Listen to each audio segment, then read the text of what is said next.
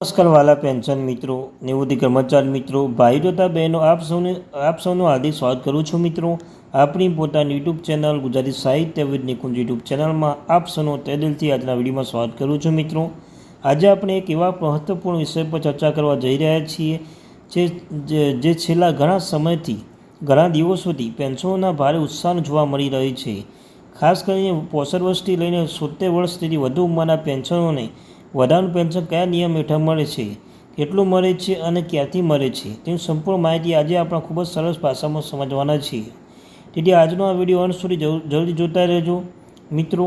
ઘણા પેન્શનોને હજુ પણ એવું લાગે છે કે ઉંમર વધે એટલે આપોઆપ પેન્શન વધારો થઈ જાય છે, પરંતુ વાસ્તવિકતા એ છે કે વધારો એક ચોક્કસ નિયમ હેઠળ આપવામાં આવે છે અને દરેક પ્રકારના પેન્શનોને સમાન રીતે લાગુ પડતું નથી।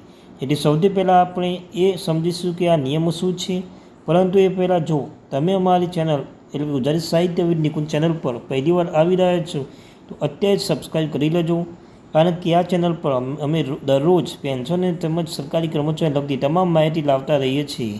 તો મિત્રો હવે આપણે સમજીએ કે નિયમ શું કહે છે। તો એ વિશે મિત્રો, સરકાર તો કેન્દ્ર સરકારના નિયમો અનુસાર જ્યારે કોઈ પેન્શન 80 વર્ષ ઉંમર પૂર્ણ કરે છે ત્યારે તેનું મૂળભૂત પેન્શન પર વધારાનું પેન્શન આપવામાં આવે છે। એટલે કે 65 વર્ષથી 70 વર્ષ અથવા 75 વર્ષની ઉંમરે કોઈ અલગ વધારાનું પેન્શન આપણને મળતું નથી। જો કે વિવિધ પેન્શન સંગઠન છેલ્લા ઘણા વર્ષોથી સરકાર સમક્ષ એવી માગણી કરી રહ્યા છે કે વધારાનું પેન્શન 80 વર્ષની જગ્યાએ 65 વર્ષે શરૂ કરવામાં આવે, કારણ કે આજના સમયમાં આરોગ્ય ખર્ચ અને જીવન નિર્વાહ ખર્ચ ખૂબ જ વધી ગયો છે મિત્રો। હાલમાં અનેક પેન્શનને સંગઠન દ્વારા આઠમા પગાર પંચ સમક્ષ રજૂઆત કરવામાં આવી છે કે વધારાનું પેન્શન મેળવવાની ઉંમર ઘટાડવામાં આવે।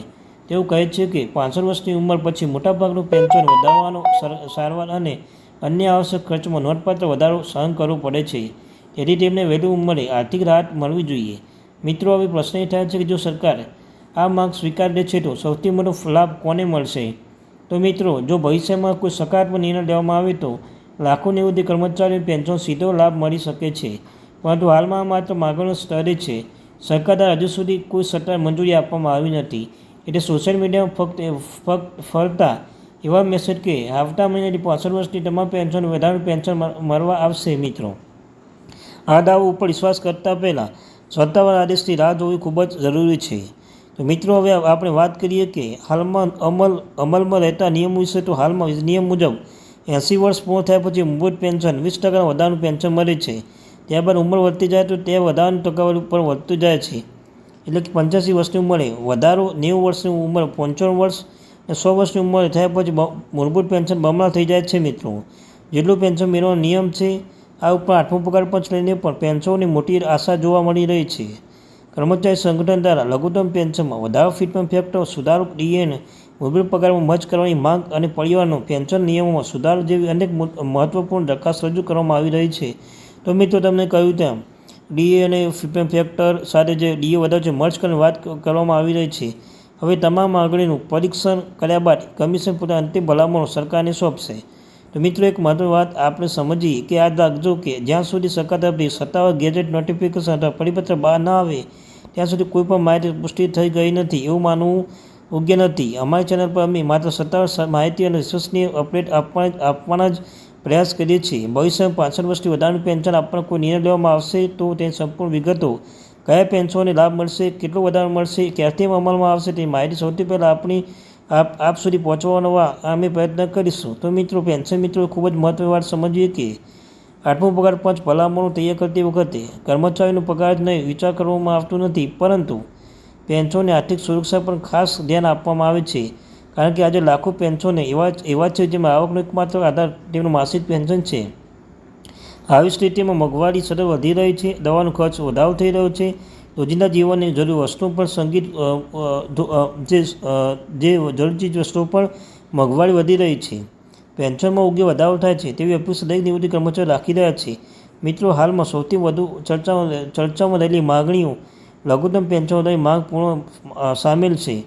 ઘણા પેન્શન સંગઠનો માને છે કે વર્તમાન સમયમાં મળતી લઘુત્તમ પેન્શન સામાન્ય પરિવારનું જીવન ચલાવવું ખૂબ જ મુશ્કેલ બની ગયું છે, તેથી નવી પેન્શન વ્યવસ્થા પેન્શનની વધુ આર્થિક સુરક્ષા મળે તે માટે સરકારને યોગ્ય ભલામણ કરવામાં આવી છે। આ ઉપરાંત એક બીજી મહત્વની માંગ એ છે કે મોંઘવારી ભથ્થું એટલે કે ડી અને નવા પગાર પેન્શન નક્કી કરતાં પહેલાં મૂળભૂત પગાર અને મૂળભૂત પેન્શનો મર્જ કરવાની વાત આવે તો ભવિષ્યમાં મળનાર લાભો પણ વધી શકે છે. જોકે હાલમાં આ અંગે કોઈ અંતિમ નિયમ જાહેર કરવામાં આવ્યો નથી. સોશિયલ મીડિયા પર ફરતા કોઈ પણ મેસેજ તેમાં વિશ્વાસ કરવો નહીં. જ્યાં સુધી સરકારશ્રી પોતાના અંતિમ નિર્ણય જાહેરનામું કે પરિપત્ર જાહેર ન કરે ત્યાં સુધી તે માહિતી વિશ્વાસ ન કરવો જોઈએ મિત્રો. ત્યારબાદ 65 વર્ષથી 70 વર્ષની ઉંમરના તમામ પેન્શનને આવતા મહિનાથી વધારાનું પેન્શન મળશે. પરંતુ અમે ફરી એકવાર સ્પષ્ટ કરી દઈએ કે હાલમાં કેન્દ્ર સરકાર અથવા રાજ્ય સરકાર દ્વારા એવો કોઈ સત્તાવાર પરિપત્ર જાહેર કરવામાં આવ્યો નથી. તેથી આવા મેસેજથી ગેરમાર્ગ દોરવાની જરૂર નથી. જ્યારે પણ સરકાર તરફથી કોઈ અધિકૃત જાહેર કરવામાં આવશે ત્યારે તેની સંપૂર્ણ માહિતી સૌથી પહેલાં આપ સુધી પહોંચાડીશું. તો મિત્રો, હવે આપણે વાત કરી કે 8મો પગાર પંચ આગળ શું કામ લેશે, તો તેના વિશે મિત્રો વિવિધ કર્મચારીઓની સંગઠન પેન્શનની સંગઠન અન્ય સંસ્થાઓ દ્વારા રજૂ કરવામાં આવતી તમામ માગણીઓ હવે કમિશન વિગતવાર પરીક્ષણ કરશે. ત્યારબાદ અલગથી બેઠક યોજાશે, નિષ્ણાત સાથે ચર્ચા કરશે. ત્યાર પછી અંતે ભલામણ તૈયાર કરવામાં આવશે. એટલે કે હજુ પ્રક્રિયા ચાલી રહી છે. અંતિમ નિર્ણય આવવાનો થોડો સમય લાગી શકે છે. તો મિત્રો, ઘણા દર્શકોને એક જ પ્રશ્ન હોય છે કે 8મો પગાર પંચ અમલમાં આવશે તો શું જૂના પેન્શનને બધો લાભ મળશે? તો મિત્રો, આનો જવાબ અંતિમ ભલામણો અને સરકાર નિર્ણય પર આધારિત રહેશે. અગાઉ પણ ઘણા લાખો નિવૃત્તિ પેન્શન આપવામાં આવ્યું છે મિત્રો. હવે હજી પેન્શન યોગ્ય લાભ મળે તેવી અપેક્ષા રાખવામાં આવી રહી છે. મિત્રો, અમારી આપ સૌની એક જ સલાહ છે, કોઈ પણ અફવા પર વિશ્વાસ ન કરો. કેન્દ્ર સરકાર સત્તા પરિપત્ર, ગેજેટ નોટિફિકેશન અથવા વિશ્વસનીય માહિતી આધારિત નિર્ણય લો છો તો કારણ કે ખોટી માહિતી કારણે ઘણા પેન્શનની ગેરસમજ ફેલાય છે, પછી નિરાશ થવા છે મિત્રો. તેથી સૌપ્રથમ સરકારશ્રી પોતાનો જે પરિપત્ર જાહેર કર્યો તેના પર વિશ્વાસ રાખવો જોઈએ મિત્રો. જો જ્યારે કોઈ પણ અપડેટ આવશે તો આપણી ચેનલ પર માહિતી મૂકવામાં આવશે. ચેનલ સબસ્ક્રાઈબ કરી અત્યારે સબસ્ક્રાઈબ કરી લેજો. બેલ આઇકન બટન દબાવી લેજો જેથી કોઈ પણ મહત્વપૂર્ણ માહિતી તમારા સુધી પહોંચી જાય મિત્રો. તો આ હતી આજની મહત્વપૂર્ણ update. Thank you very much watching my video. જય હિન્દ, જય ભારત. મળીશું એક નવા વિડીયો સાથે.